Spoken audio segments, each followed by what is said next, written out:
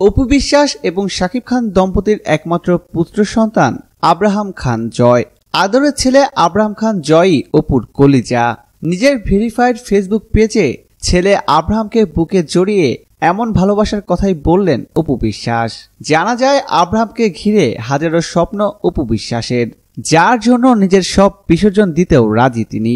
2008 সালে শাকিব খানের সঙ্গে বিয়ের পিঁড়িতে বসেন নায়িকা অপু বিশ্বাস। বিয়ের পর গত বছরের 27শে সেপ্টেম্বর কলকাতায় ছেলে আব্রাহামের জন্ম হয়, যেটা বহুদিন ধরে গোপন থাকে। শেষমেশ গত 10 এপ্রিল শিশু আব্রাহামকে নিয়ে প্রকাশ্যে আসেন নায়িকা অপু বিশ্বাস। উন্মোচন করেন 9 বছর আগে শাকিবের সঙ্গে বিয়ের খবর। বাংলাদেশ চলচ্চিত্র অভিনেত্রী অপু বিশ্বাস 2005 সালে চলচ্চিত্রে পদার্পণ করেন।